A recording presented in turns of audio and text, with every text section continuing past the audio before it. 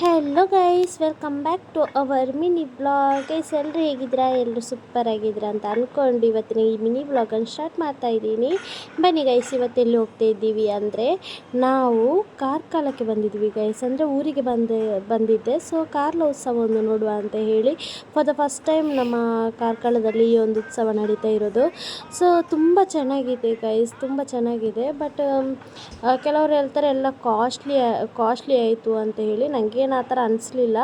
So ಆದರೂ best, ಯಾಕಂದರೆ ನಾವು ಫಸ್ಟ್ ಟೈಮ್ ನೋಡುವ ಕಾರಣ ನನಗೆ ತುಂಬ ಇಷ್ಟ ಆಯಿತು.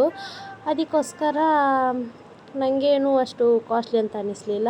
ನನಗೆ ಈ ಒಂದು ಫಿಶ್ ತುಂಬ ಇಷ್ಟ ಆಗಿದೆ ಗೈಸ್. ನಿಮಗೂ ಇಷ್ಟ ಆದರೆ ಕಮೆಂಟಲ್ಲಿ ಹೇಳಿ.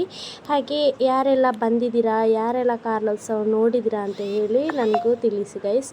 ಹಾಗೆ ಒಳಗಡೆ ಕೆಲವು ಐಟಮ್ಸ್ ಇಟ್ಟಿದ್ರು ಗೈಸ್, ಬಟ್ ಎಲ್ಲದಕ್ಕೂ ಡಬಲ್ ರೇಟ್ ಗೈಸ್. ಅಂದರೆ ಕ್ಲಿಪ್ಪಿಂದ ಹಿಡ್ದು ರಬ್ಬರ್ ಪಿನ್ನು ಕೆಲವು ಐಟಮ್ಸ್ ಇತ್ತು, ಎಲ್ಲದಕ್ಕೂ ಡಬಲ್ ರೇಟ್. 5 ರೂಪೀಸ್ಗೆಲ್ಲ ಸಿಗುವಂಥದ್ದು 10-20 ಆ ಥರ ಎಲ್ಲ ಇತ್ತು.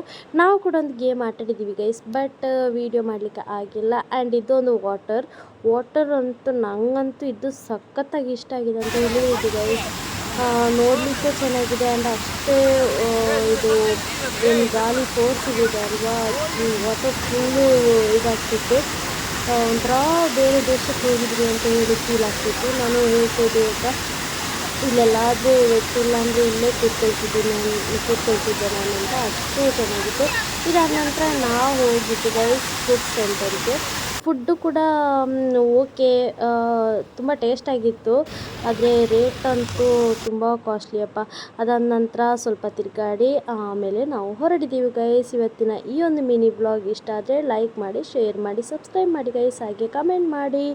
Love you guys.